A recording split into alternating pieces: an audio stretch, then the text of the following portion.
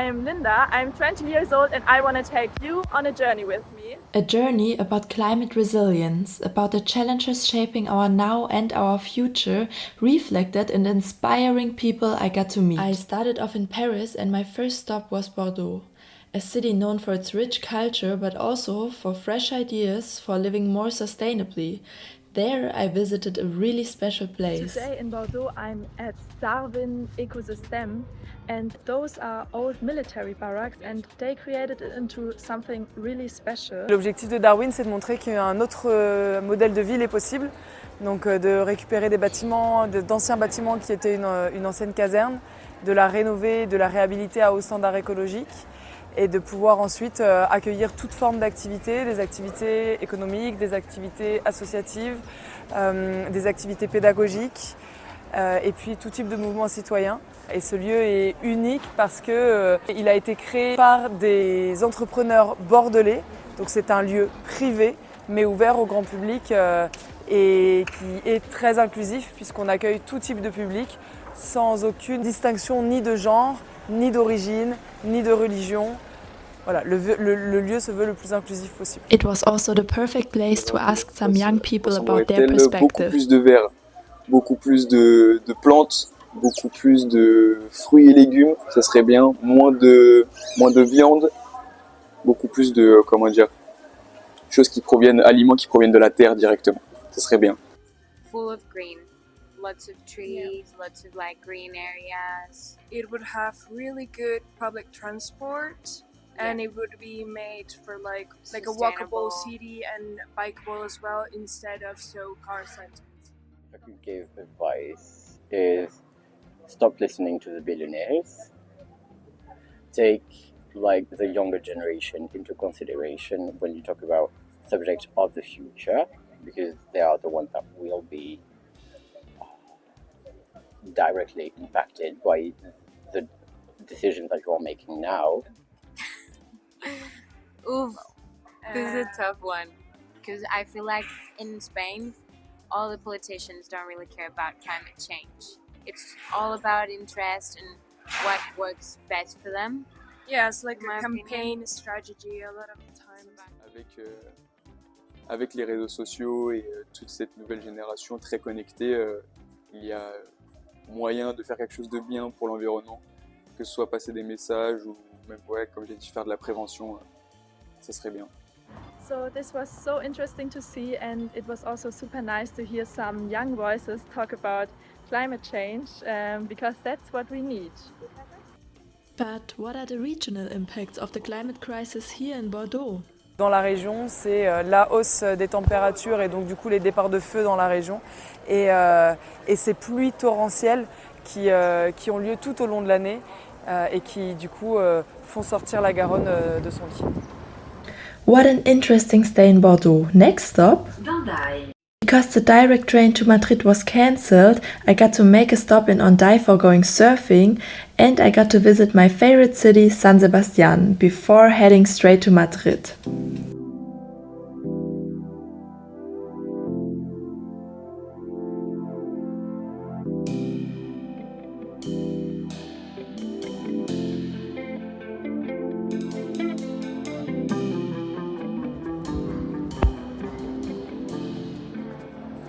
I was just gonna visit a climate shelter because they built some up in the city in the past few years, and that is like a way for resilience in a city like Madrid. But actually it was already closed because it's September. Even though it's September, it's like super hot here. It's at least 30 degrees. So maybe it is still needed, but of course in July they reach far higher temperatures. Madrid was kind of a mess. I spent most of the time running from A to B, trying to find people to interview. Still, as I ran around in the city, I saw small signs of what Madrid is doing to adapt to heat and climate change. Shade canopies over shopping streets, small green initiatives here and there. At first I felt stuck. A planned visit to the Environment Ministry stayed out of reach, and a visit to a squatted house to meet young activists didn't work out either. But then I made contact with ecologistas on Acción. Thanks to this contact, I could continue my journey to Malaga. Here, I got to join a project run by Ecologistas en Acción and Fridays for Future. Cecilia, a staff member from Ecologistas en Acción, explained everything to me in detail. Which we're going to protest against a project that wants to transform a beach into a beach which is very important for our identity, a beach which has a lot of ecological relevance, into another beach for tourism. So we have these three topics, mainly climate change, and this touristic industry are our main fights. I helped painting a banner for this protest, and I asked Maria, another volunteer, about her perspective. I'm Maria, and I'm participating with Ecologistas en Acción in climate activism. I think an important thing to be aware is that if we make the changes, we are gonna see the benefits of these changes in our lives. It's like you are not working for something you are not gonna live in. No, you are working for you to live better. So for me, that's important. Like, it's not for future generation, it is, but it's also for my generation, for my future living, that changes are gonna benefit myself as well. It's a bit selfish, but people are. In Andalusia, I think we struggle a lot with the water management because there are many lands that depend on water, but droughts are being more and more frequent and lasting for more time. So I think that's. I even got a tour from the squatted house that we were doing the project in. Marina is showing me around. So confusing. This is a little bit of a maze. Like, I sometimes get lost in the resistance shop. And on Thursdays you can come here and bring clothes that you're no longer using and that you would otherwise just leave forgotten in your closet or throw away. And you can take other dresses or t-shirts or whatever you want for free. And if you come this way, this is where I used to have pottery classes. Like, I started coming to La Invisible because I was in pottery, and then I learned about more social movements that are active here. And here is the most special part of La Invisible, which is El Patio.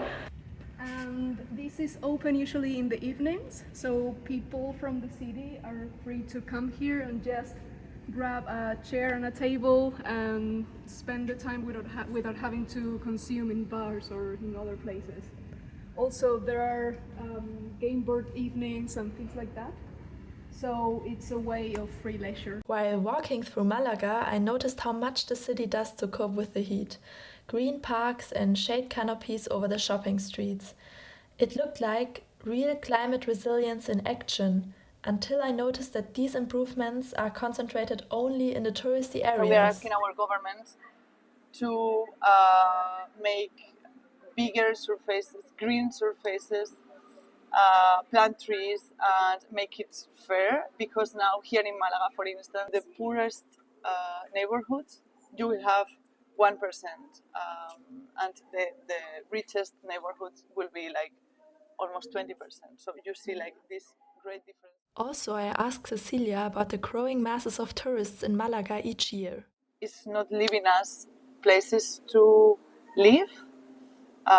Companies like Airbnb or Booking are transforming cities, and this city, Malaga, the city center, it has almost 80% of touristic apartments. So people has no chance to live in their own city anymore. And now, like, because I think that most of the people always say, but the tourism is like your economical resource, like to get money. How would you answer that question? It doesn't need to be like that, right? You could invest in another industries, create other industries, do other activities, but they have been for decades putting everything into tourism. And now, what happened in the crisis of COVID-19? Like, people started to losing jobs and there's no tourists anymore, so then hotels and all these people working for this tourism, what they are going to do, right? So it doesn't make sense to put everything into one only industry. It's not that we are saying that we want to abolish tourism. It's about tourism without being regulated, like free tourism, without really putting the need of the people living there as a priority, and putting as a priority making money for this industry. While already being on the way to my next stop, Sevilla, I couldn't help but think about another thing Cecilia told me. When other countries or other people around us are suffering from the consequences of climate change, and now we are suffering them in first person, we realize that it's happening now here, but it can happen. It's gonna happen everywhere, more and more, and we need our government to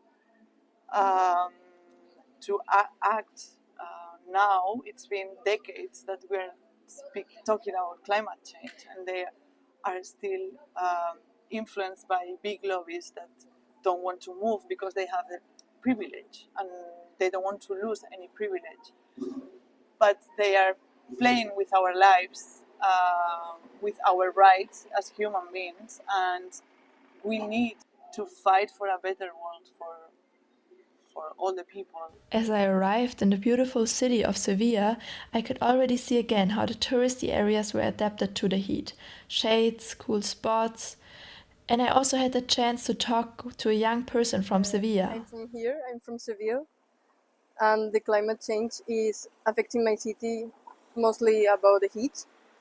It started around March, the end of the spring, and it takes to maybe October, the half of October. So all these months are very hot, and it makes it difficult to go outside. We really like to do our life outside the houses and socializing outside. So it's a bit difficult. During my travels, I realized more and more how thankful I was for the perspective the locals were sharing with me. And now it was time for a new country, Portugal. I really liked Lisbon from the beginning on. One evening I ended up at a concert and got to know a local social association. Right now we are at Cigaita, which is like a cultural association in Lisbon. And it worked like a space for a lot of collectives to get together and use the space for them to actually have like physical space where they can meet, or where they can also organize the events that they want to organize too. There's many different collectives that use that space. Like there's also environmental collective as Climaximo or housing right collectives. Lisbon, unfortunately, they used to have many of these associations, but because of housing prices and so on, they all started to shut off. And Sirigaita is one of them that are still resisting, though also like they don't want to renew the contract. Like that's a story that really keeps repeating by itself. And Sirigaita is one of these places that takes an active position on protesting for that.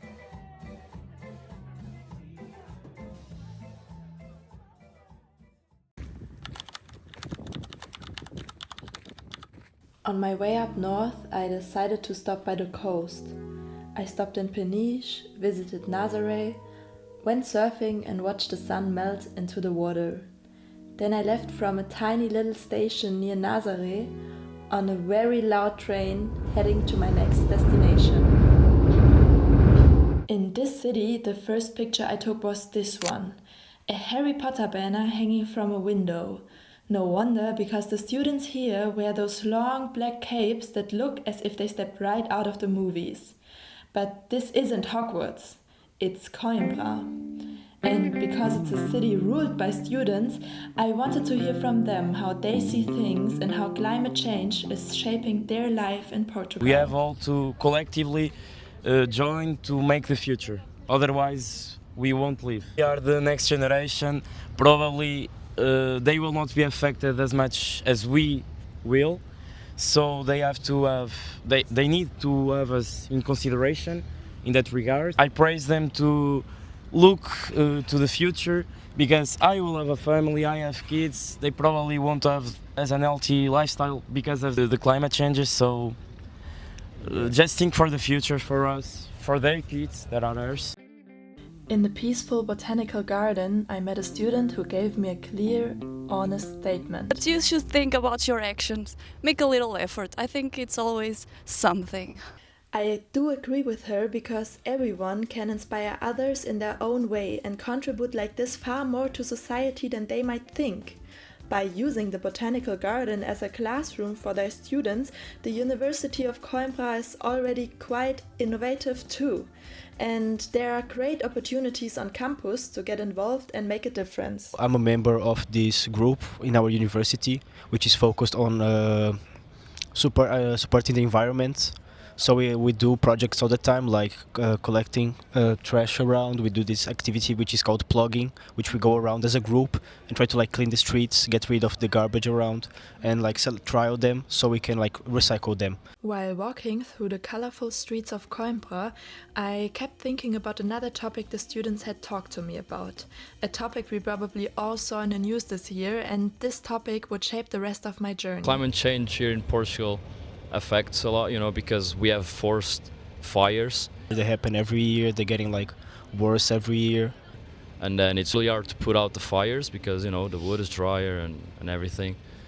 The government does nothing about it, so we have to deal with that. What do you think how we could change about the wildfires? And well, it's a difficult change because in my perspective, I came from an area where there is a lot of wildfires, and usually the fires are for business, so the government are involved sometimes, and later we discovered that they are involved in some wildfires that happen. And because they want to get the land? Not the land, but things that are under the land, like lithium and stuff like that. Yeah, and to install solar panels. We have several cases of lands that were not allowed to put solar panels, and suddenly a wildfire goes by that area and boom, they can put solar panels there. This wasn't gonna be the last time someone told me about this issue. Traveling further north, I decided to make a quick stop in Porto.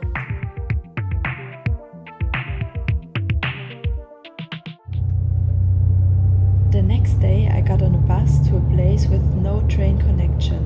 During the ride I was treated to amazing views as I traveled through the landscape of Portugal. Today I'm here in Ponte da Barca, which is in the north of Portugal, and here the firemen faced extreme fires this year in Lindoso. And I got a chance to ask them about their experience this summer. On the left there's the commander, the head of the fire department, and on the right a volunteer firefighter who helped me translate for him. This year was more difficult, was a bigger fires, unexpected fires. Normally in every 2-3 years we've got big fires, but this year the proportion was way bigger than normal years. So the burning area acres was the highest we have since we've been having a corporation of firefighters here. So it's very historical this year. Mm-hmm. What is in general like the cause of the fires? Mainly it's man-made. They're intentionally or by accident? Intentionally. Some of them, 1% or something, maybe accidentally burning something or whatever, and then gets out of hand, and you know what I mean? But normally it's intentionally. And what are the reasons? Maybe mental problems somehow, or alcoholics, or I don't know, some people like it. You know what I mean? Yes, some people like it to see they set fire, to see the fireman putting off the fire. Or they like to see the planes, or like the helicopters. Some people do that, yes. I was even lucky enough to get a tour from their fire station from Simon, another firefighter here. To show you that truck, it is designed only for forest fires. This vehicle is a Mercedes Unimog. We use those vehicles for combating the fire, and here those two vehicles are used to take water to give the trucks. They also showed me the equipment they use, and they even had a fire jacket with Feuerwehr written on it. And now I wanted to hear more about their experience. My name is Tiago Martins. I'm a firefighter 10 years. I am Simão Calheiros. I am a firefighter also 2 years. Environment loss. A lot of animals died. Some people, the farmers, the way they live is by the animals and the farming, and a lot of people lost big part. In here, our livestock mostly. The animals go to the mountain and is there where they get the food for them. And after this summer, in that locations, the animals have absolutely nothing to eat.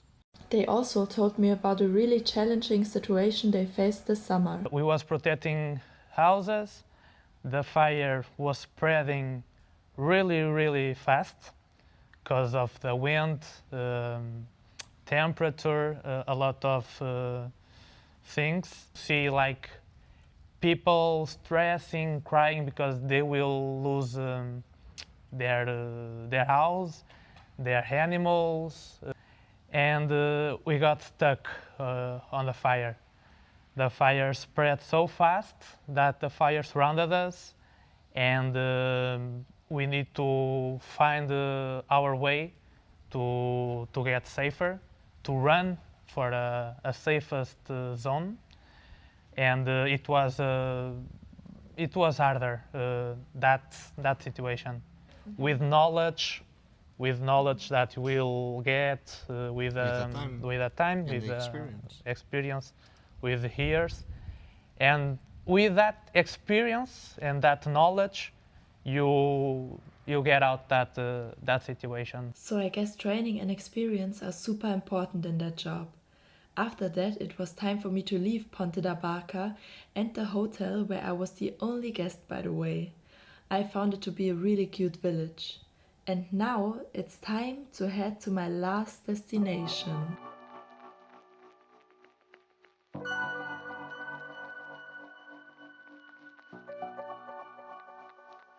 My last stop on this journey was again in Spain. It was Ponferrada and León. This region was immensely affected by fires this summer. I visited the universities in both cities to speak with the students about how they experienced the summer with the wildfires. All the Comarca del Bierzo, all the area you see around you, it was affected. Yeah. So much smoke, so much fire. There was a fire like this, and then 5 minutes later, like this and like this, and the general mood was depression.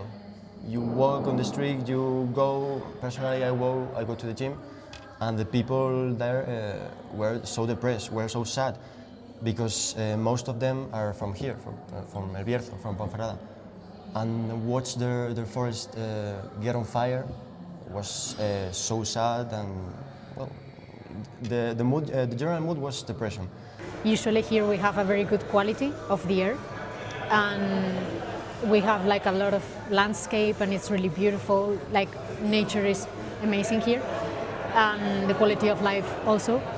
But when I was out of my home during the month of August, suddenly there were so many fires that the skies were black for a lot of days, even for weeks, and people had trouble breathing. And for example, I have asthma, so it was lucky for me that I wasn't here, because I would have suffered a lot from that, because people had to wear masks like during the COVID.